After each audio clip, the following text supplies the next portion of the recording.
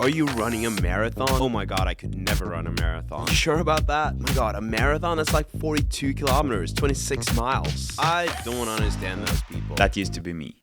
But not anymore. Welcome to the Marathon Podcast. My name is Christian Warwick, aka Warwick Runs on Instagram, YouTube, TikTok. Really happy to have you here. If you are new to the podcast, welcome. If you're a regular listener, welcome back.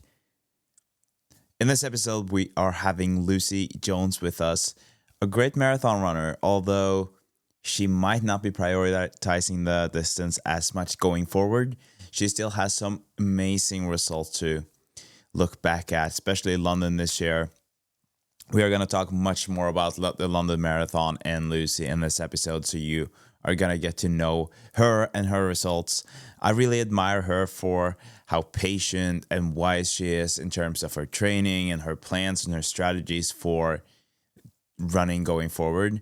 I think there are a lot of cool things that we can expect to see from Lucy going forward. So just stay tuned for this chat with Lucy. I also surprised her with a Marathon Podcast sponsorship, so that is definitely worth waiting for in this episode, because I love when I'm able to actually surprise the runners or the guests that I have on with that sponsorship. In terms of my own running, John and I have a plan to try to hit like between 45 and 65 kilometers this week. We'll see if that is possible. It's Wednesday. I have about 23, 24 kilometers so far. Feeling much better when I'm running. Heart rate is normal. Lungs feel good. So I'm very optimistic about my own running. On Sunday is my birthday, and I'm going to have a kind of birthday episode with Alex. You might know him from Marathon Handbook, but that is on Sunday. Today, Friday, we are having Lucy with us. So enjoy this conversation with Lucy, and please give this podcast a review. I would really appreciate it. So Lucy, welcome to the Marathon Podcast. Really happy to have you here. Thank you so much for having me. You just came from a race where you won a silver medal. Tell me a little bit about that before you present yourself.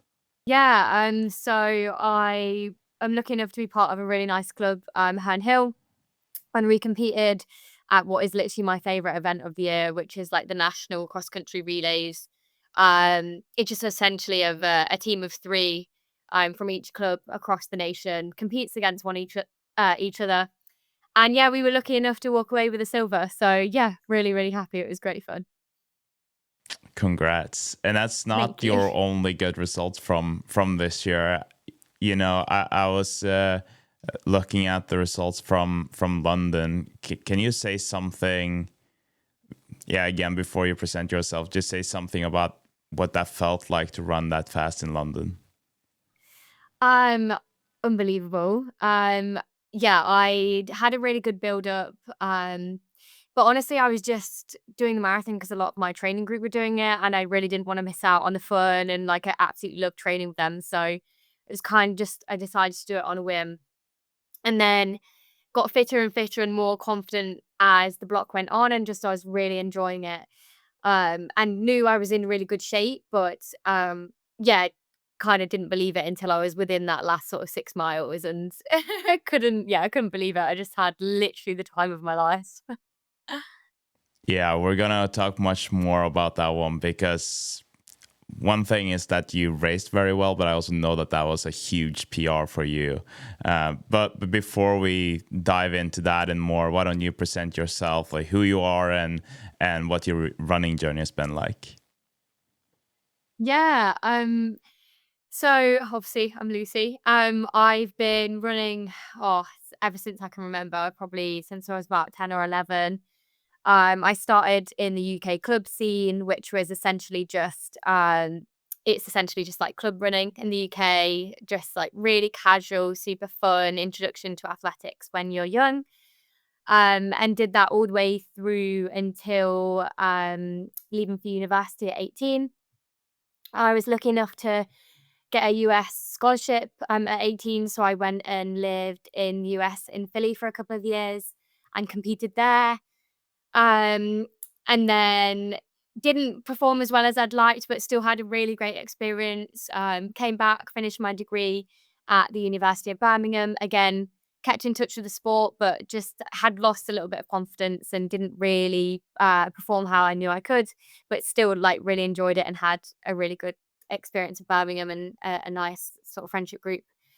And then I just moved to London, and a friend of mine sort of encouraged me to get back into running on the club scene and like take it really casually. And I just sort of fell into the club at Hine Hill.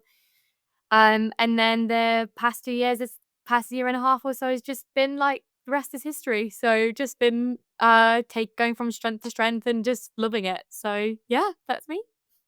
Awesome. It's really cool to hear how this is like how you got to where you are today. And it's also interesting to hear that, because I feel like a lot of people say that as soon as they have a more casual approach to running or to their sport, then the results will come. And it Yeah. sounds like that was the case for you as well. Yeah, I really feel like the more I let go, the lighter I am about everything, the faster I get, which is insane. But I think it's it's dead true. I think the one thing that I've learned in the last couple of years is if you genuinely don't care what happens, if you're just doing it purely for enjoyment, and I will give it 100%, but I'm okay with whatever result happens because I just know I've given it my all, and I love it and I will do it anyway. So yeah, the lighter I feel about the whole situation, the faster I get, which is great for me because it's very chill. Yeah, I love that. I'm not sure if you mentioned how old you are, just for the listeners to Yeah, know so I've where just you're at in turned your career. 27. I'm feeling a little bit old. Oh, you're a very young marathon runner then. Yeah, but I am young on the marathon side, so I'm feeling pretty good about that, at least. Yeah. So it's interesting. I don't know if you know who Ryan Thompson is. He's from Scotland. He's also a marathon runner. I had him on. So the episode is coming out tomorrow from the day that you and I are recording. But he Nice. had kind of the same experience of going to the US, you know, to run and go to university, and then not really performing the way he wanted to. So I think maybe he even went home earlier than he was planning on, and then he came back and then he started running faster. And it sounds like you have kind of the same experience. Why do you think it was that you didn't get the results you wanted when you were in Philly? Yeah, I think that the American system is kind of is quite tough. And I think that it's kind of a swing and a miss. You either end up in a program that really works for you and you sort of really progress, but I think especially on the women's side, it's quite easy to accidentally not accidentally, to fall into a coaching system that doesn't necessarily work for you. And potentially, I think there's a lot riding on the results out there. And there's a lot that is on your shoulders as an athlete being on a full scholarship. So they can have quite an aggressive approach to coaching. And I think just being 18 and very young and impressionable, I think I just got my confidence stripped of me completely. I just literally lost myself completely.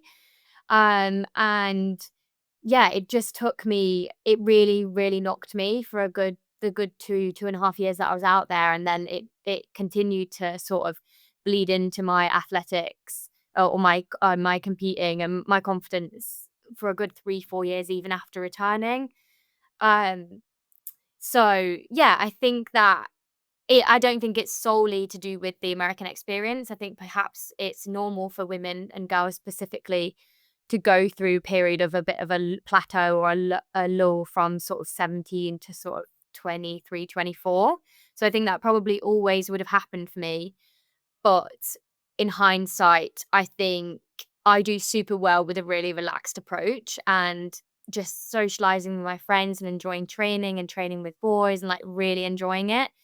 That that type of approach is definitely what works for me. Um, yeah. So I like to be super flexible with my training, and there's slightly less flexibility, much more pressure when it comes to the US. I think. I think it all makes sense. I had Jess McLean on, who was the fastest US female in Yeah. Boston. And she was also saying that she had the same experience, right? Where she was very serious and she kind of just quit for a while and then returned. But then she had a job on the side and she just found much more Yeah. pleasure in running just by having a more casual approach. So I think it all makes sense, and it's kind of dangerous to put everyone into the same system because what works for you might not work for her or for me. And Yeah, yeah, exactly. I'm happy that you found your way of doing this. But how long was it that you kind of took time off from running? Did you stop running completely, or did you still keep going a little bit, but just not as much? Yeah, so I went out to the US. I did 2.5 years in the US. I obviously was like running pretty heavy, quite a lot out there. And then I transferred back to the University of Birmingham, and for the next sort of 3 years, I continued to train. But I was kind of in a vicious cycle of I would train really hard, get super fit, race, but the racing wouldn't necessarily match up to how well I was performing in training. And because I had such little confidence, I was just so mortified and so embarrassed about the results. So I would then feel all anxious and decide not to race and think I'm not good at this. I can't do it anymore. I'm obviously not cut out for being like performing at a high level. And then I would not race for a while, maybe get a little bit unfit, and then someone would convince me to race again, so I'd get fit again and then race again, but it wouldn't match up. So I was just kind of going round and round in this circle of like wanting to compete but not having the confidence to, not giving myself enough chance to get into racing and really practice, because essentially all it is practice. So yeah, but while this was all going on, I had a nice friendship group. I lived with a nice group of friends, and I was still very heavily involved with athletics and the university sort of athletics system. So I was always broadly training. I was probably still running a few miles a week, still doing the sessions. I just wasn't really competing. And this went on probably from about 20 to about 24, 25. So a good 4 or 5 years that I was kind of one Wow. foot in, one foot out.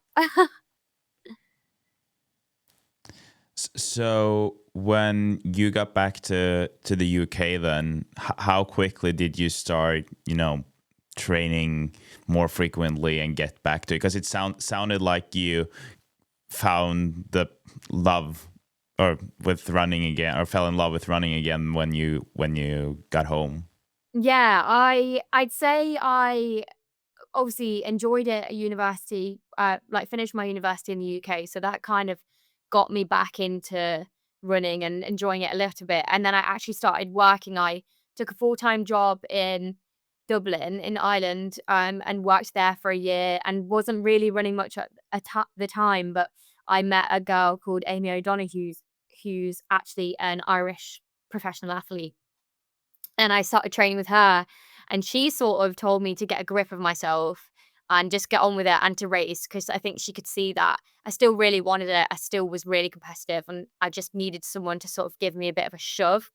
So she sort of sat me down and said, like, you need to just get a grip of yourself and get on with it. Like, you're gonna fly. Just give yourself a chance to get used to racing again.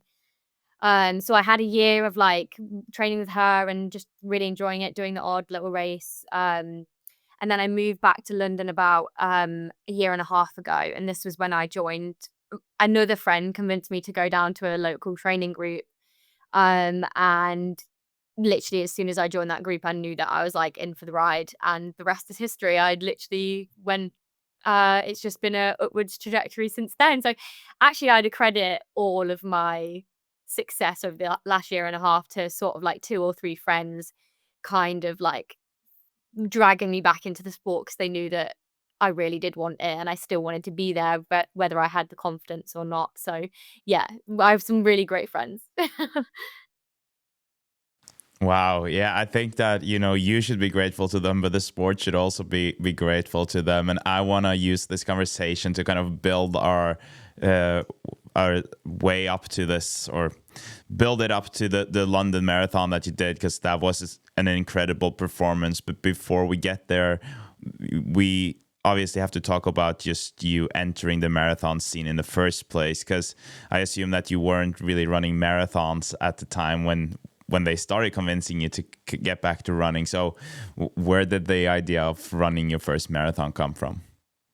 To be honest, it just came from the entire of I train with a really good group of guys, and they're such good friends of mine. And honestly, they'd all signed up to London, and I was just like going along with the flow, enjoying, just loving training with them and loving training with all the girls. And I just didn't, honestly, I had FOMO. I just did not want to be left out of all the training. So I just was like, oh, all right, I'll just enter and see how it goes. Like I wasn't at the time. I wasn't really competing to be an elite marathon runner. I just wanted to run and I just wanted to enjoy it. So I just decided to run London and ended up getting super fit and running a good time. So yeah, it wasn't really like a conscious decision, just something that kind of happened, I suppose. Wow. But you did run a marathon before you did London too, right? Yes, I ran London the year before. And so at the time I'd only just moved to London and I wasn't running competitively, like I wasn't really training.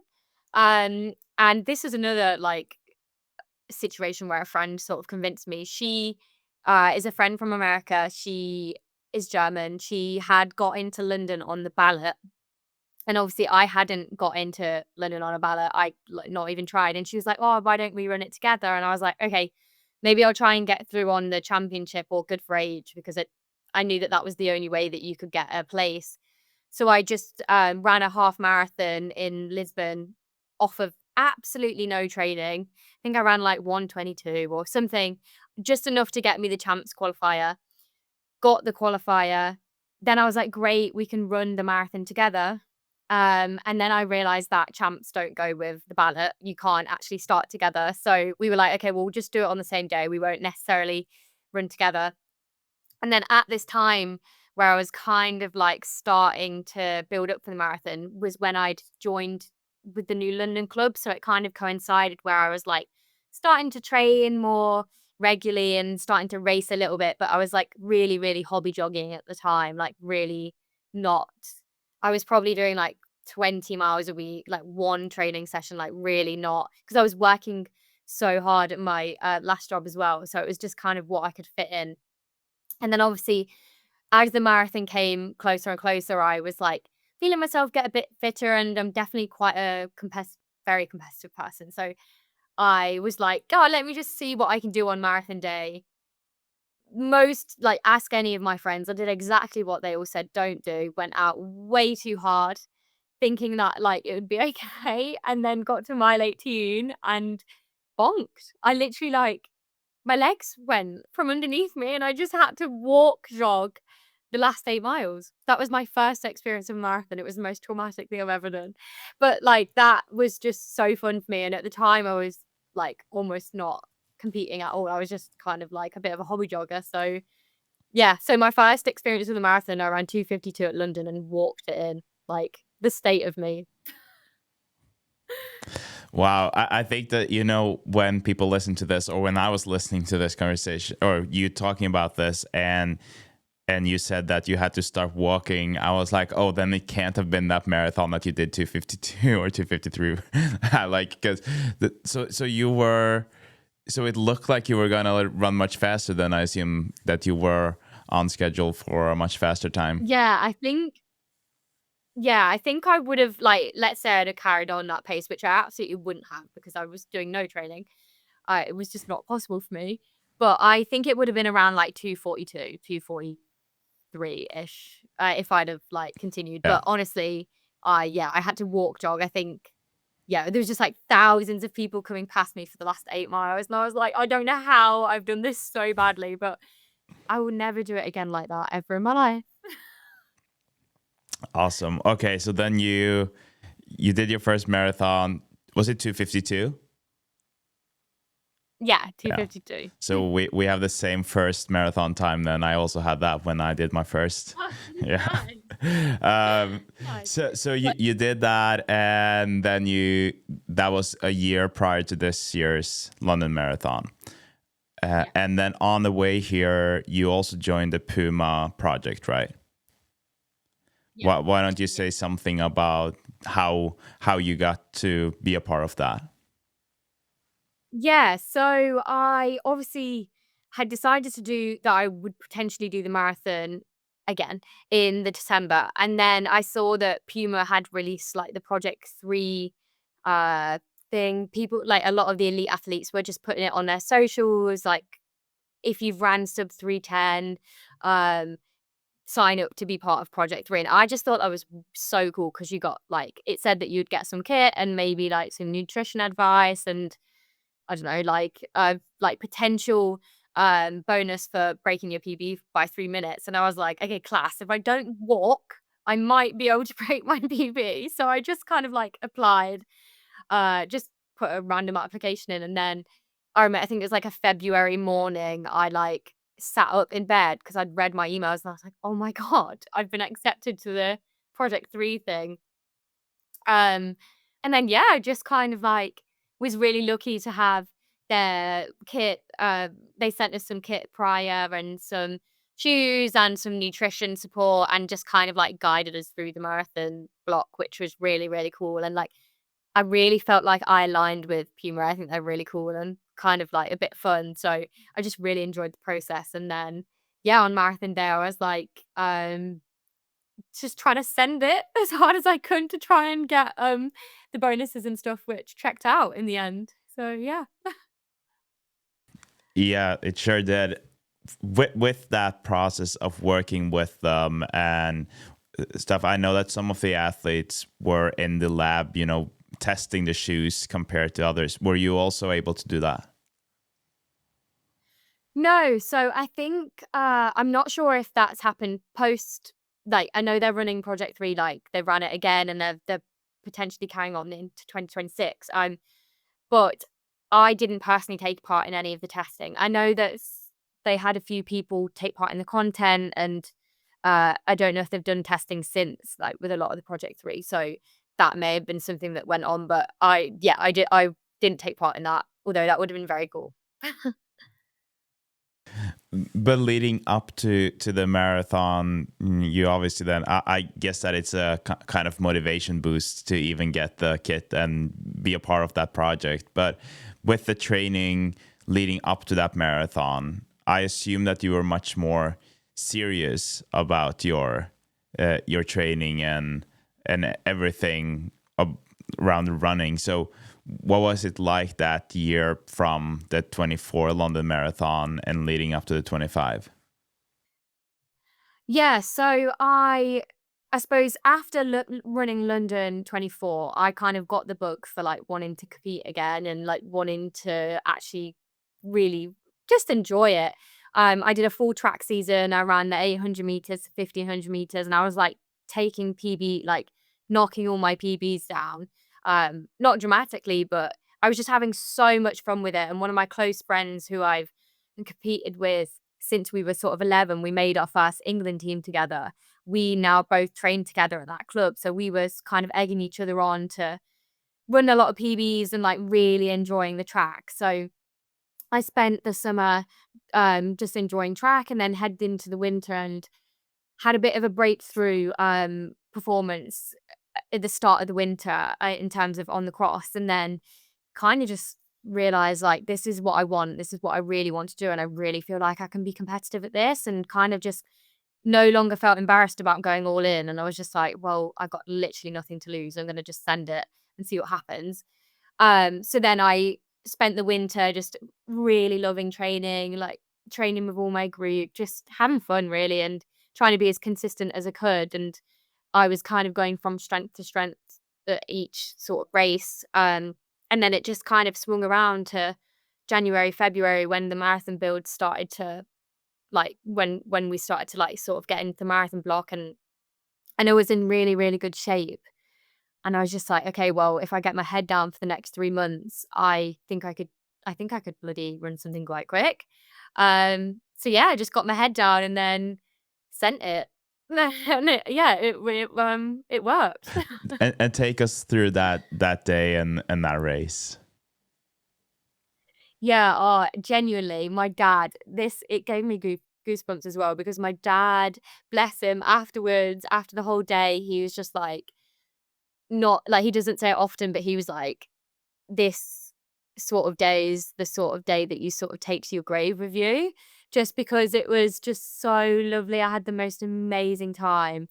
Obviously I was in champ start, so I headed off to the championship pen with all of my friends. Like, there was probably about 15 of us from our club all running the marathon. So I was just, it was amazing. We all just kind of headed off together, and the vibes were really good in the champs pen, and everyone was sort of nervous, but in a really good way. Everyone knew that their training blocks had gone really well, and the weather was amazing. So it was really good vibes. And then sort of headed off to the start line with my closest like friends from my training group, like Alex and Ashley, and we kind of all just got on the start line together, and all the boys were like, "Come with us, Lucy, just start with us, like you'll be fine." And I was like, I am not going with the boys. They're all going to go out too hard. Like, I know they are. I'm not going with them. So I sort of like started with them, but just kind of let them go. I kind of just watched them put a few meters between us for the first few miles, but it was nice having just like seeing them in the distance. It was a bit comforting. Kind of locked in for the first 10 miles. I was so traumatized from the year before, so I was like so adamant that I was not going to go out too hard, or not gonna like put myself in a hole. So for the first 10 miles, I literally just focused on being in a rhythm that was so within myself that nothing could ever go wrong. So I just spent the first 10 really enjoying it, and like waving to my friends and high-fiving, and like really just soaking up the atmosphere. And then at halfway, kind of saw my parents over Tower Bridge, and yeah, just breathed a bit of a sigh of relief that I made halfway. So that was great. And then kind of at that point made the decision that I would try and just maintain that pace, which felt super comfortable for me, until at least 20. And then I would give myself the go ahead to start like breathing if I still felt good. So yeah, just kept enjoying the miles, kept just ticking off each one around about that pace, and it all felt super within myself. So I was kind of like gaining confidence per mile, but also like very apprehensive that maybe it would all hit me. But yeah, I got to about 20 and I suddenly just, yeah, no, I felt amazing. I feel like I hadn't even touched the sides. So I just kind of stopped looking at my watch at that point, and then just sent for home for the next 6 miles. And yeah, I think you could see that I must blitz. I think I kind of just like put the hammer down with about like 6 or 7 miles to go, and yeah, just enjoy it. I didn't even see like the birdcage walk, which is like the sort of the heading back past like Big Ben, and like you're heading towards the finish. The noise was absolutely electric. Like, I'm usually more than happy for cheering and noise, but even I was like, that is very overwhelming. Like, I've never experienced anything like it. Um, and then yeah, just I missed the 26-mile marker, turned the corner, and the finish was there. And I honestly was convinced that I had another half mile to go. So yeah, I just was like, oh my God, I'm here already. So yeah, it was great. And I'm gonna let you say it. What was your time? 2:30:23. Incredible. And did you expect that at all? I mean, you knew that you were in good shape, but did you expect to run that fast? Yeah, no. I knew I was in really good shape. I had had a couple of weeks of altitude. I'd taken a couple of weeks off of work and managed to get up to altitude. So I was with a friend, there was a few of my university friends out there, and a few of the university coaches, and one of them, he's lovely. He's quite a young coach. He sort of watched me sessioning out there, and he just kept like nudging at, please go out, make sure you go out hard enough. Like, please don't take it easy when you set off. Like, Lucy, I really think you're in good shape. Just like have a bit of confidence in yourself. And I kept saying like, no, I'm not going off any quicker than 6-minute miling. I'm too scared to bonk. I'm not doing it. And he kind of sat me down right at the end of the camp and was like, I think you're really going to regret it if you don't go out a bit harder. Like, I think in hindsight, I think he could probably see the shape I was in, and I didn't realize the shape that I was in. So he was kind of like very gently trying to be like, please just give it a go because this could be something special. So yeah, and then obviously the gun went off on the day, and I actually ended up going quite a bit quicker from the start than I'd expected. But yeah, I thought I was in around like 234, 233 shape around. But yeah. But how grateful are you to him for pushing you to start a bit harder? Yes, honestly, yeah, in hindsight, that would have been too slow. It was just the trauma of the year before.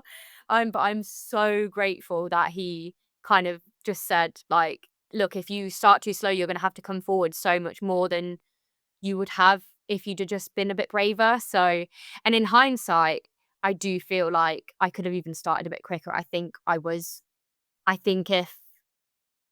if I'd have known how good I would feel at 20, I think I would have started a bit quicker. I think I probably had a good chunk still in there.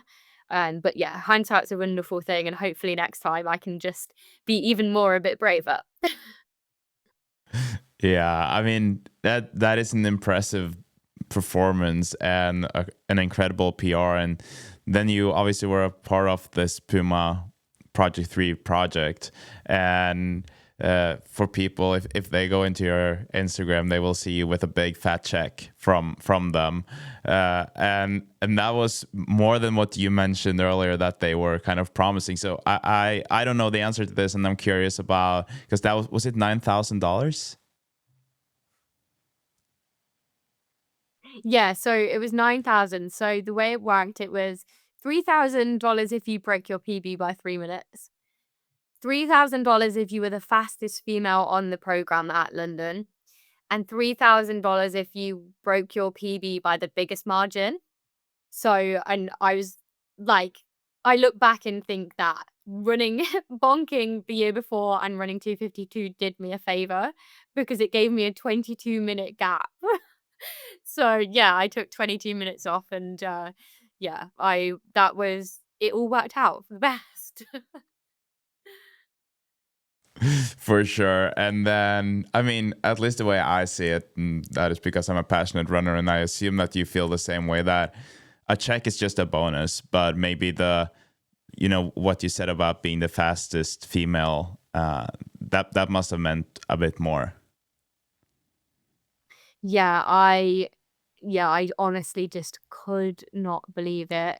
I've wanted to be a pro athlete literally ever since I can remember. And I've still got a long, long way to get there still now, but like it's genuinely something you dream of as a kid. Like I literally I grew up watching Paula Ratcliffe, and she trained very close to where I grew up. So you would see her around, and like it actually gives me goosebumps now, like the thought of being even close to running times that are even close to what the elites run, and being able to progress in a way that makes me feel like I can be one of them eventually. It's just, yeah, it's so exciting, and I can't yeah, I wouldn't there's nothing I'd rather do than this. So Yeah. And for the listeners and for me too, can you explain how that works? Because there were obviously the elite ran faster. So how does it work with 230 fastest female? What kind of race/competition is that? sorry, do you mean like at London or? Yeah, sorry, just at London. Yeah. So the way it worked for me is because I hadn't ran, I'd only ran 252 the year before. And like I suppose wouldn't be like that wouldn't get me on the elite start line. So I started with the championship entries, which is I think it's 240 and above, but essentially it's like men and women together. Um and yeah, it's just a mass start, which is like equal parts of absolute carnage and then the most amazing experience. And then obviously in terms of the elites, as London Marathon is a female elite marathon, the elite females start like as one pack on their own without any men around them, and to make sure that it's like a female world record that they're eligible for champs qualification. So yeah. Yeah, I mean, it's a long time ago already, or not a long time ago, but I still want to say congrats because it's a very, very great performance. Thank And you. I can, if I found myself in your situation, I think I would still be flying. Or how is it for you? Are you still on a bit of a high? Honestly. Yeah, I am, but I think that the sort of the trajectory of the marathon took me into the track season, and I had the most unbelievable track season I could ever have imagined. Like, the last 12 months have just been an absolute dream, and on the track I was able to take my times down from relatively good athlete to sort of borderlining sort of almost world class, which is like insane to me. So just that trajectory, I think, just gave me a bit of the confidence that I needed to really believe in myself. And yeah, now I just I genuinely am so thrilled. I'm so happy. I'm just so happy with the marathon and the track season, and just I'm again, like, there's nothing I'd rather be doing. I just want to chase fast times and see where it can take me.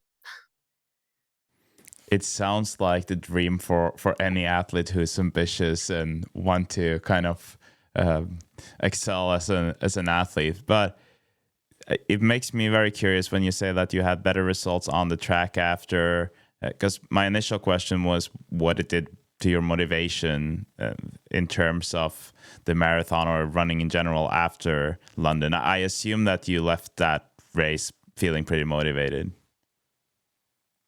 I mean, I was already loving it, and irrespective of what had happened at London, I could have ran 3 hours 30 at London and still been absolutely thrilled. Like, I love running so much now for just what it is. So it didn't I'm not scared of a rubbish result.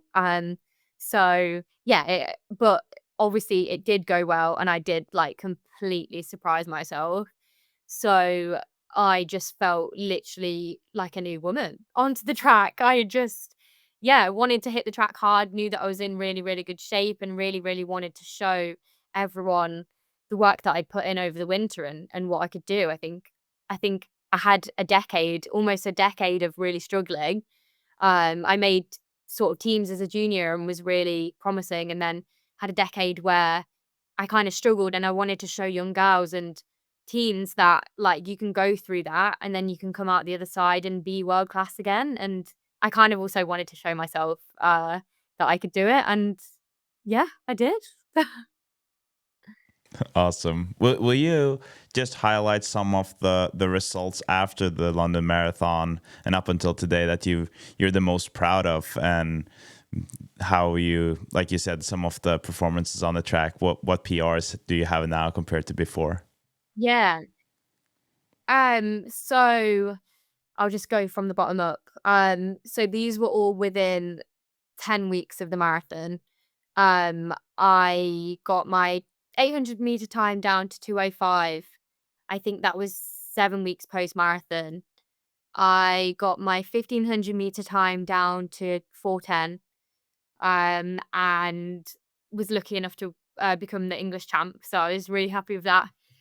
I ran 9 minutes 4 in the 3000 meters, 15:44 in the 5K, and came 7th at the British Championships, which was so pleased as well, because that was off sort of the back of a marathon block, and I didn't have much time to turn that around. And yeah, so they're pretty much the track times that I was really happy with. And then looking forward to indoor and outdoor next year, because I'd really like to sort of just bridge the gap now between what is a really good semi-pro athlete, and maybe knock on the door of like times that could potentially get me squeaked into a Diamond League, or like just close enough maybe. That's really, really cool. And before we started recording, I asked you, because I was asking you about the cross country championships that you recently did, and you said that, oh yeah, I'm all over the place. I'm running cross country, I'm running roads, and I'm running track. In terms of, we hear a lot about runners who are specializing and they go from the track to the roads, or the other way, or maybe not so much the other way. But what are your thoughts on Yeah. this now, after performing so well in London, but also the track races that you're talking about now? You're on such a high level. Is it hard for you to kind of choose, or do you still want to just do everything and see where that leads you? Yeah. Um, I feel like at the moment I'm I'm trying to be a little bit more strategic. I absolutely love doing everything, but I feel like obviously in order to be world class or like nationally good at a national level, there is some form of specifics that you need to have. But at the moment I will focus on cross country and just have a bit of fun through the winter. And then next year, whether I do indoor or cross, I'm still not sure. But for the next year and a half, I'll probably focus on getting my track times down. I think that's super important. I think I'm still young, and I think I've still got a lot of room in there for sort of my track PBs and potentially to try and be super, super competitive over the 1500, the 3 and the 5. And then I will think about then doing a little bit more on the roads and leaning towards the marathon in a year, 2 years. But I don't want to do that too soon because I think it's important that that I, reach what I can reach on the track. And then, but for the most part, I'm probably just going to do a bit of everything.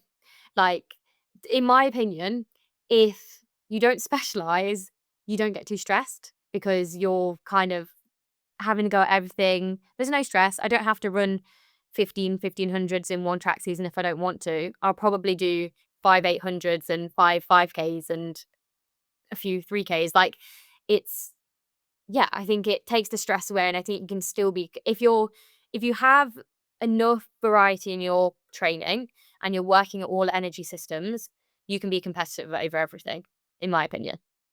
That is great. I love what you just said there. That's gonna be this Instagram promotion for the episode. Okay. That's amazing. But does this all mean that we won't see you in a marathon within the next year or two, or will you still sign up for some but just not train for it? No, you probably won't. I am like obviously unsponsored. So like I'm very aware that brands very much like athletes. They're sort of leaning towards the roads. They like to back road runners. It's where the money is.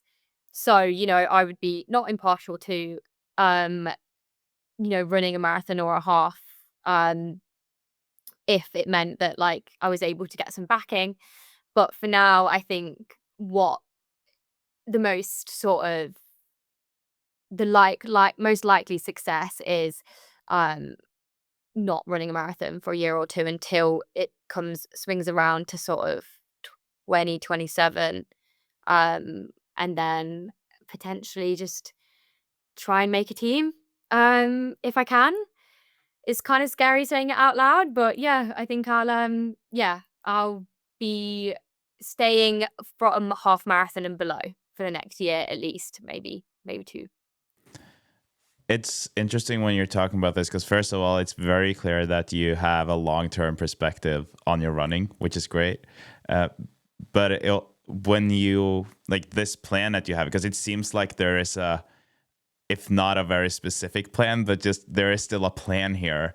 Is that something that you come up with yourself, or is that with your coaches and your team kind of?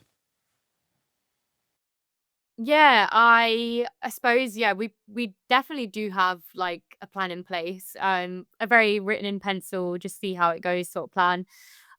But we kind of like made the decision post marathon to have a bit of a chat about the sort of next 3 4 years, and because I think if you are strategic, you can get the most out of you, whether that's making teams or not. But I still want to. It doesn't really matter if I make teams. I just want to run as fast as I can, and I think there is a plan and a strategy to that. But it was, yeah, definitely. I sat down with my coach. He's brilliant. And just sort of like we worked together to sort of piece together what we thought that the next sort of 2-3 years would look like. I mean, don't get me wrong, there's loads of, it's kind of like very much just this is probably how we'll do it. We tend to sort of go with flow in terms of like what races I end up running and the specifics, but broadly we have an idea of like what the next 3-4 years will look like. At the end of the day, I just want to be running for as long as I can and enjoying it. So there's literally no rush. I'm not like, if I don't ever get a Great Britain vest, that's okay. Like, I just want to enjoy it and, yeah, do as much as I can to try. I think it's great how you are embracing that kind of casual approach that we talked about in the beginning, and that you're able to stick to that, although you have such good results behind you now over the last year. And I'm curious if this, this plan, is it at all tied to the 2028 Olympics, or is it very regardless of the games? I'd say that, like, yeah, it probably is. I think I won't be touching marathon until probably the point where I need to show form, out of choice. Like, there would be no point in me stepping back up to marathon until then. And if it looks like I could make it in another distance that's potentially shorter, I will try and do that, potentially over the 10K or the 10K potentially. But I think that I'm definitely like, I'm all in. I'm gonna try. I'm gonna try and make it, and like, it's okay if I don't. But I think as I get older, what becomes clear is like, I'm not scared I'm gonna try. And I'm not embarrassed to tell people that I am either. And you shouldn't be. You shouldn't be. This is awesome. I think it's great. I love when people are vocal about their goals, and I love that it seems like you're able to be vocal about it, but still have this chill, laid-back approach to it, which I think is the way to go. I'm sure some people can be more serious and succeed with that, but you definitely need to figure out what's best for you, kind of back to what we talked about in the beginning. Yeah. Exactly. Yeah, I agree. But it's when we're talking here, you usually hear that athletes are really good on a track, like they're fast there, and then they switch to the roads, and then they might surprise themselves a little bit by how fast they can run a marathon. And the way you have kind of entered the marathon scene is a bit different, right? You've been able to run fast on a track, and then you enter the marathon. You cut out for a second. Yeah, sorry. I'll start. That's all right. I'll start that sentence again. So it makes me think that, or I'm thinking that the way you enter the marathon scene is a bit different, because you hear a lot of people running fast on the track, and then they enter the marathon scene, and then they kind of just leave the track behind. That is usually how you hear people's marathon stories. And for you, it's hearing that 7 weeks prior to London, you set a PR in was it the 5K or no, the 800, the PR there. Yeah, no, it was 7 weeks post marathon. Yeah, sorry, post, obviously, yeah. And so that kind of, it's a bit contradicting to that the marathon makes you slower. I'm not sure if everyone would say that, but some people would definitely say that that's the case. And so what are your thoughts now after having done the marathon so fast and then going into track and running so fast there? in terms of training and all of that, what are your thoughts? Does the marathon actually make you faster? Yeah. Um, yeah, I think if you do it in the right way, I think the marathon absolutely can make you faster. You're running more mile. I mean, I think that my approach to the marathon was quite very different to what a lot of approaches are. I think I've got a brilliant coach who is so well knowledgeable in the marathon. I sort of sat down with him ahead of the block, and my mileage isn't particularly high. Like my average mileage for the entire block was 62 miles per week, because I couldn't physically fit in any more miles than that while I was working full time. It just would have been a detriment to my so I would have got ill, or been run down. So I kind of made that decision. I knew that mileage was almost probably about half of what a lot of the elites do per week, mileage wise. And I was also, because I've come from a background of just going through years of not enjoying it, I absolutely love the track sessions and I love running with my training group. So we have a Tuesday track session that is like repetitive every week, and it's just so enjoyable. And I sat my coach down and said, I'll happily do this marathon. Like I want to do it, but on one condition, that Tuesday session has to stay in, irrespective of whether it's a short track session, or 3K specific, or 1500 specific, or 5K. I wanted that Tuesday to stay in because it's the most fun of my week. Like I love it. I'd have too much FOMO if I wasn't to be at that track session. So we kept the Tuesday session in, and my mileage was quite low. But because of that, we were then able to I was then able to come off the back of the block, I think, with a lot of speed. Like I was doing 200s all the way through the block. Like there was a lot of sessions in there where it would be a 2K tempo, 10 by 400. Like I was always touching on my speed through the whole block. And I think that is one big factor in why I was able to run fast after the marathon. Um, and then, yeah, I really enjoy the track. So I'd argue I've always enjoyed 800 and 1500. So I've always wanted to keep my speed in. So I think that familiarity for me makes it easier for me to run quick on the track. I think when people come at the marathon from a perspective of a large amount of miles or moving up to the marathon, I think often they have this idea that they need to double their mileage in order to get round or have this huge block. But actually, I think you could sometimes less is more, especially if depending what you want to get out of the block. But yeah, I don't know.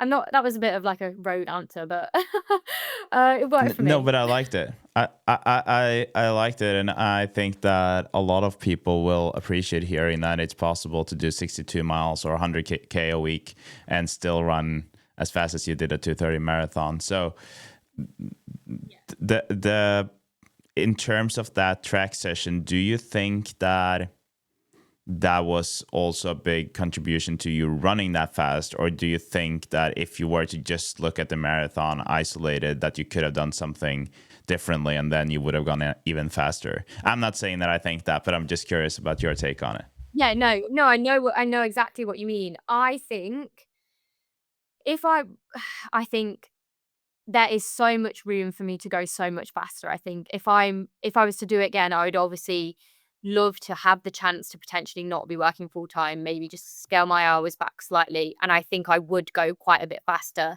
should I be running close to 100 miles a week, or maybe even 80, maybe 100. I'd love to see what would happen if I were to do that. But I think on the other hand, I would do that, but I would keep the speed in. I think that would be a non-negotiable for me. I think you can do all the mileage, and I think that would give me, I think I would be able to take a large chunk off of my time. But I think it's also important to keep the speed in. I think when it comes to the latter stage of the marathon, I think my last 5K split was my fastest, and it was something like 17:15. And that was because I think it felt slow to me. Like it all just like the pace just felt so unbelievably slow because I think I was just still so used to running at quite a quick pace with the track sessions and stuff. I think it's so important for people to acknowledge like your cadence and your sort of leg speed is such a big impactor to how fast you can run a marathon. It's not just about the mileage. But yeah, so in conclusion, yes, I think you should run a lot of miles. I think you will run much faster a marathon, but you shouldn't sort of ignore the speed aspect. Thanks. I'm curious to hear more about your training and what that looked like. So, in terms of mileage, you said you had 62 miles or 100K a week, and then you had that track session on Tuesdays, and that could be 3K specific, 5K specific, yet like just shorter stuff, 200s. What did the rest of the week look like? So Monday it would just be like a longer, like an hour, maybe 8 or 9 miles. When it got further into the block, I think it got close to like 11, 12. And that would just be like one single run in the day and then a gym session in the evening. Tuesday was I'd towards the end of the block get like a 3-mile double in the morning. And then I'd do a track session or whatever in the evening. Wednesday would be another hour, maybe like a 8 or 9 mile run. Thursday would be a medium long run, so or like a midweek long run, so it'd be something like 14, 15. Everything like kept super easy. I think towards the end of the block, I would do a little bit progression on the end, but mainly just focusing on getting the mileage in. Friday, I would always have a rest day. Like, I really like having one day in my week where I'm like completely removed from running and just can be a normal person. So yeah, Friday was complete rest. Saturday would be another longer run. It might be like, I think I went up to 10 on a Saturday or 9. It'd just be an easy run. With no progression or anything. And then Sunday would be a marathon, like a long marathon long run, with some proportion of some marathon pace specific bits in. So 3 by 5K at marathon pace off of a 1 mile float, or 2 by 6 miles at marathon pace off of a 1 mile float, or yeah, just like some version of like marathon pace in there. And yeah, that was it. It was pretty unspecific, just like kind of It, get the miles in and turn your legs over, and yeah. it sounds like a perfect, almost like a template for a new marathon runner, because it's not. I think that if people listen to this, they will be like, well, that doesn't sound too complicated. You know, it's pretty simple. Honestly, and like I wrote that myself. Obviously, I've got a brilliant coach and he knows a lot about the marathon, but we sat down at the start of the block and he just gave me the miles that he wanted me to hit throughout the block that he thought would be enough. Mm-hmm. Yeah. And he gave me like a couple of ideas about sessions. I actually just wrote the whole train. I like wrote the whole 12-week block myself, and then I just moved things around, and I would text him each week and say, I'm feeling like this, do we think I should do this, or I think I'm going to swap this in because I feel like I need a little bit more marathon pace, or whatever I was feeling that week. I mean, there was times where I felt like, oh, I've done too much like long steady, I need some track speed in, so he would like switch in some track stuff. So yeah, I mean, it sounds like a beginner's marathon block because it literally was. I was a beginner marathoner, and I didn't really have a clue, so I just kind of like guessed. That's great. But how long was that Sunday long run that you had, like in total? What do you usually? Yeah, so it started at around 18, and I think I got 2 or 3 runs at 22 and a Yeah. half. Like, I didn't go any further. I think my furthest might have been 23.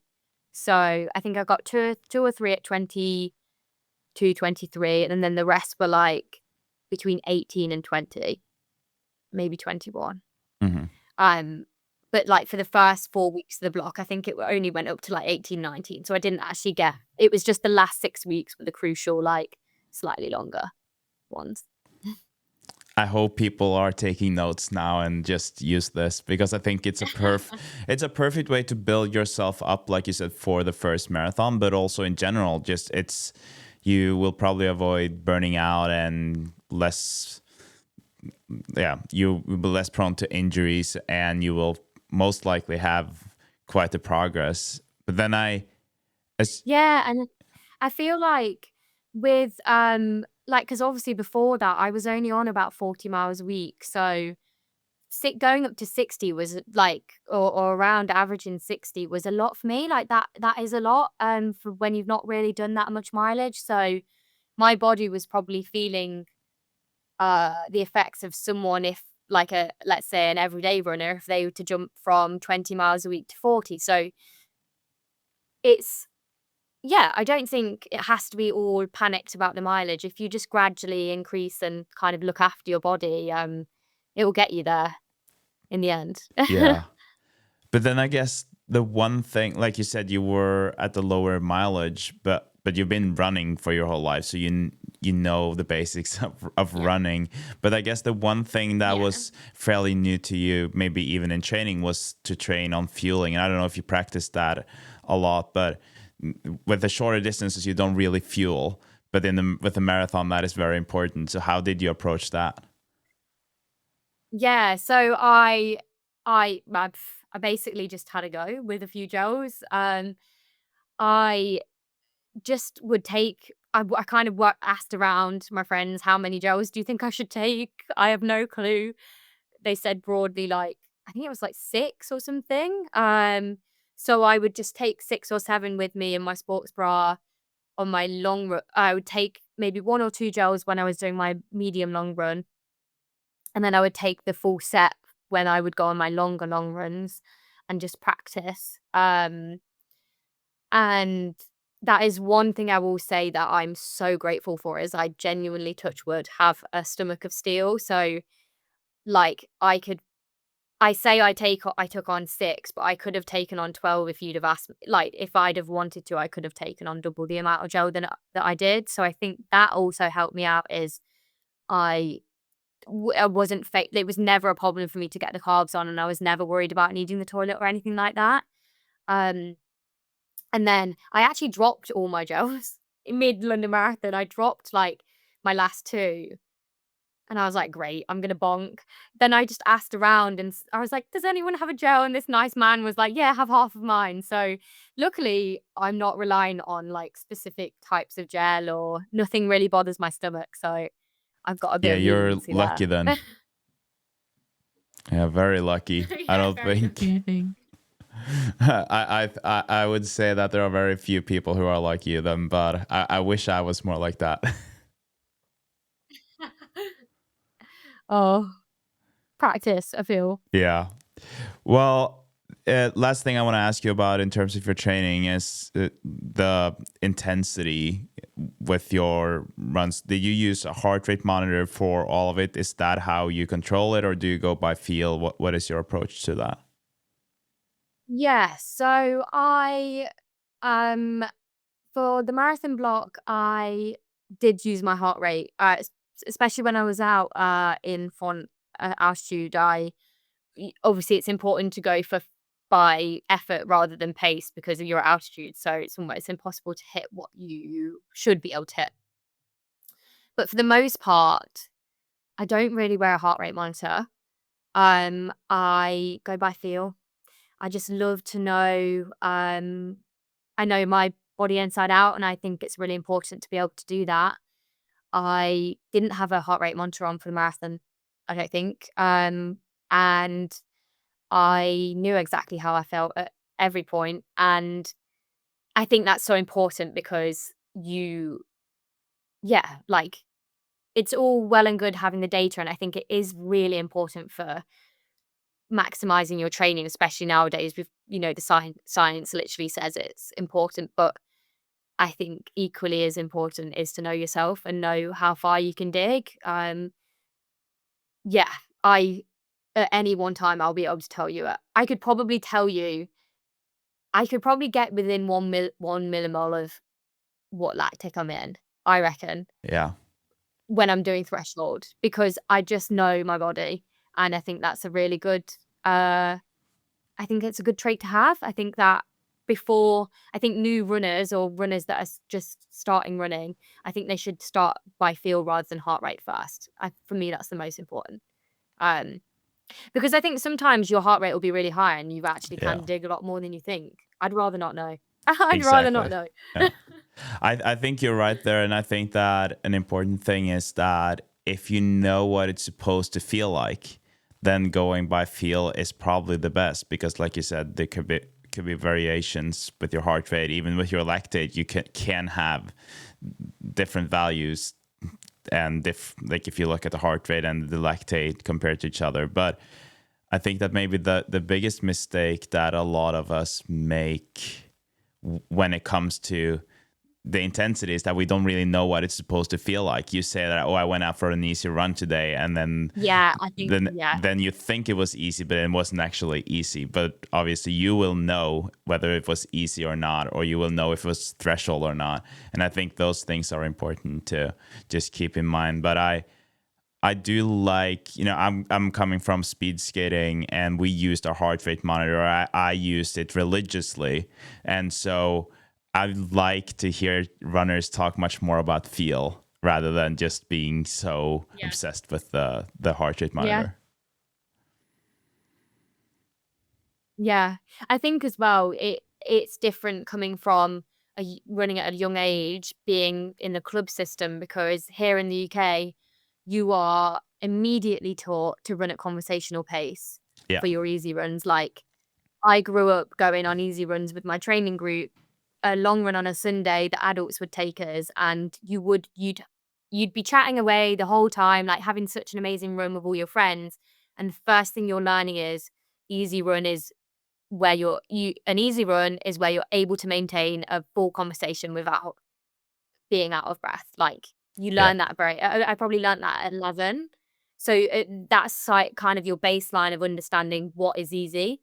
And then everything after that is tempo or threshold, or you're then asking a bit more of your body, kind of. Yeah, that makes sense. Lucy, we are getting closer to the end of our conversation, and you were saying that you're kind of dreaming about becoming a professional of that. What has it looked like for you after London? Because I assume that you got some more attention, and I'm not sure what it's like in the UK in terms of sponsors and stuff. But has that been, or have you seen any changes after London? Yeah, no, to be completely honest, no. I obviously had a cracking run at London, and Puma were absolutely brilliant and backed me all the way through.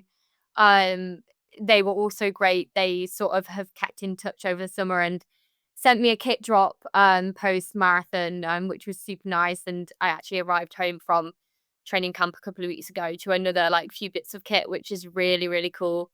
But for the most part, I'm still working full time. I'm kind of, I think, at that point where I probably, I've had a little bit of interest here and there in terms of like ambassador programs and stuff from brands and things. But I think for now, I'm just going to focus on running quick and enjoying it. And then hopefully, fingers crossed, eventually someone will believe enough and give me a bit of a chance. And hopefully then one day I'd love to be like running for a brand, even if it's like part-time, even if it just meant that I could work part-time. But yeah, I'm really happy with my setup at the moment, and I literally have nothing to complain about. I'm really happy. So yeah. Yeah, It's because kind one of, it's question that also I like have, super hard to get a sponsor in the UK. yeah, I assume that it's hard no matter what. But I remember when I was skating that especially when things felt a bit too serious or things were not going my way. It almost felt like a bit of more pressure. And I feel like I hear that from others too, that as soon as you get a sponsor on board, it feels more like a job, feels more like you have to do things. Do you think that it's also like almost a benefit to not have it? In some ways, yes. I think as you say, like I've got no one really to answer to. I can race cross country or the road if I want to. I can move my season around as and when what suits. But on the other flip side, I feel obviously I'm working 8, 9 hours a day. And I think what would be really exciting for me would be given the opportunity to spend that time either training a bit more or recovering a bit harder or both, to be able to see what really I could do if I was on the same level playing field as the rest of the sub elites or elites. Um, but as you say, yeah, then it's a little bit more pressure. But I feel like, in my opinion, that pressure is privilege. Um, so I would feel very privileged to be allowed to have that pressure on my shoulders to perform, kind of. But until then, I'm so happy. I'm happy backing myself, and if someone wants to come on board in the future, then I would be like very happy. Well, I really hope to see you back on the marathon scene, you know, like that plan comes true. And in the meantime, maybe I can help you a little bit to adjust into the sponsor part. I don't know if you heard that I have this initiative called the Marathon Podcast Sponsorship. And it's not a huge contribution. It's enough for you to maybe go on a training camp. You can take some days off and you can feel better about that. But I would love for you to be a part of that pool if you're interested. That's insane. Thank you so much. I'd be so interested. Thank you. Well, that's fun. We'll talk more about the details after the call, but it's like I said, it's fun to help out, and this is exactly what I wanted to be, kind of exactly what you were explaining, where you want to be able to work a bit less, and whether that is like one day less for 5 weeks or 10 weeks going forward, something like that. And happy to help. And it's great to help out young marathoners. Oh, thank you so much. That's amazing. Awesome. We are getting closer to the end of our conversation. I thought that was a great way to end it. Is there anyone you want to thank out of your team or your teammates or family before we end the call? Oh, literally, I can't. There'd be too many. I suppose off the top, like immediately, obviously my mum, dad, and my partner. My coach Jeff, who I 1,000,000% would not be here without, and then Sophie Tooley, Helena Keenan, and Amy O'Donoghue, who literally ripped me back into the sport and kind of like grabbed my arms and lifted me up while they were on their way up. And I think that is the epitome of amazing friends. I'm sorry to anyone that I forgot. They know who they are. Anyone that's helped me. Yeah, they know who they are. Okay, Lucy, thank you so much. And good luck with all your running. And I can't wait to see where you'll end up, and very excited for your next marathon, whenever that will be. Cool. Thank you so much. What a great girl. I am very impressed. She seems so smart, and she reflects on her training in a way that you don't really see with a lot of athletes, especially maybe not that young of athletes. So I'm very, very impressed, and I can't wait to see what she has in store. We are now approaching Thanksgiving week, and I'm going to spend that up in Maine. Really excited to get some time up there in nature. Going to do some running projects for Helly Hansen. Like I told you, Alex is coming on Sunday, so there's going to be like a bonus episode, and then there will obviously still be 3 episodes also next week. Thank you so much for listening. Really, really happy to have you here. If you haven't already, please jump into the app, give this podcast a review, share it with a friend, and tag the Marathon Podcast whatever you are doing when listening. And until next time, you listen to the Marathon Podcast, brought to you by Wallace Studio.